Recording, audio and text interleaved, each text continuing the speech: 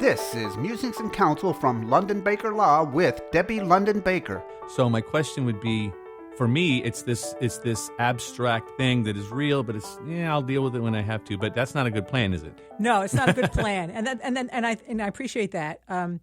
You mentioned the two of your children are over the age of 18, Yeah. and 18-year-olds need plans because you as parents can do nothing for them. 1 second after midnight on their 18th birthday, you can't call a doctor for them. You can't access school records. Wow. You can do nothing for them, which there's no reason for you to think about because you knew you weren't an adult at 18, but the law says those two children are. But the thing is, and thanks for that lead-in, because what I was telling Joey before is in the last couple of weeks, I've had 3 people call me who did not think their parents needed plans. Parents not being old. Parents being, maybe late 50s, early 60s. Mm-hmm. And all of a sudden, they're ill. Or all of it. An accident. Sure. And they can't do anything for them because they are missing the appropriate documents. And the thing I've learned is it's very possible, all a spouse wants to do potentially is take care. So if you've got somebody in line to be a backup to them or who have been named, they can support the parent while the parent's taking care. Or if, God forbid, somebody dies, they can take care of. They don't have to take care of anything, and they can all grieve because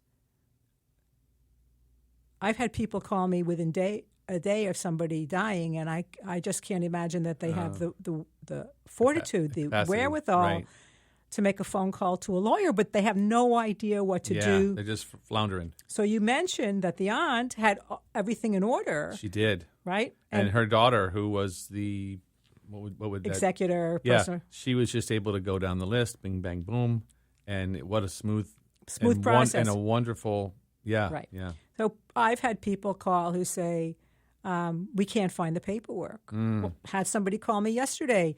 Mom owns property in Florida on the East Coast, and then she owns property in Colorado. Her father left it to her. The property on the East Coast is in her name, but the will talks about a trust. Nobody can find the trust. So now, in order to move forward, this woman, this granddaughter, has to see if she can.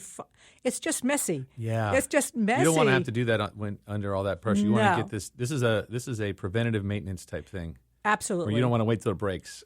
You do not. You want to have a plan. You do not. And I'm a big believer in you buy insurance just to keep yourself out of the grief. Plan for the worst, hope for the best. My car I probably have almost as much in insurance on my car as I have in price for my car. Wow. Whatever.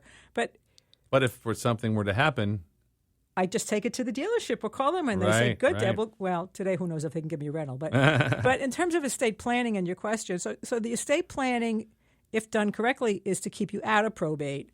And probate is what happens when it's not done correctly. So, again, you mentioned, you mentioned that I think you said your wife took her parents down and she's now an owner. Oh, she got on their checking account and banking. So she can sign for right. She can sign checks. Correct. All right. So what people do is... Oh. Santa's calling. Wow. A little early. Where's Pat? I don't know. How about that? Okay. Let's see what happens. That didn't work.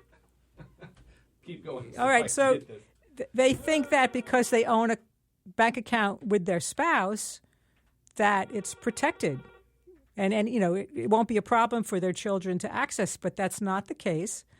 That you either need like another co-owner, which is the situation you're describing, which you can write checks, or you need a power of attorney, which lets them access financial assets. And you're right, Joey. People think it's far away, it'll never happen, and then they're confronted with it. And if nothing else today is just a reminder to anybody that has, anyone 18 or older in their family, whether it's a child, obviously a parent or a grandparent, do it. Just take another look at it and consider it a little bit more than you did before. This has been Musings and Counsel from London Baker Law. Learn more at londonbakerlaw.com. Thanks for listening.